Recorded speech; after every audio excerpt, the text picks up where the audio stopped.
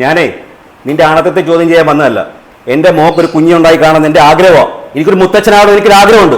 നീ ചോദിച്ചു നോക്ക്, നിന്റെ അച്ഛനും ആഗ്രഹം ഉണ്ടോ എന്ന് ചോദിച്ചു നോക്കടാ. അതുകൊണ്ട് നീ വാശി കളഞ്ഞിട്ട് രണ്ടുപേരും പോയി ഹോസ്പിറ്റലിൽ പോയി ചെക്കപ്പ് ചെയ്താൽ പറ്റത്തുള്ളൂ. എനിക്ക് സൗകര്യമില്ല.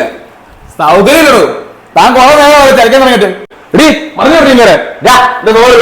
മിണ്ടായിരിക്കവിടെ. നീ സംസാരിക്കുന്നതാണോന്ന് അറിയാമോ? നിന്റെ ഭാര്യയുടെ അച്ഛനോടാ. ഒന്നും അല്ലെങ്കിലേ എന്റെ പ്രായമുള്ള ഒരു മനുഷ്യനല്ലയോ, ആ ബഹുമാനമെങ്കിലും നിനക്ക് വേണ്ടായോ? നിന്റെ ഈ സ്വഭാവം ഉണ്ടല്ലോ, അതാ നിനക്ക് ഗതി പിടിക്കാത്തത്. അച്ഛൻ കേട്ടോടിക്കല്ലേ പറയുന്നത്?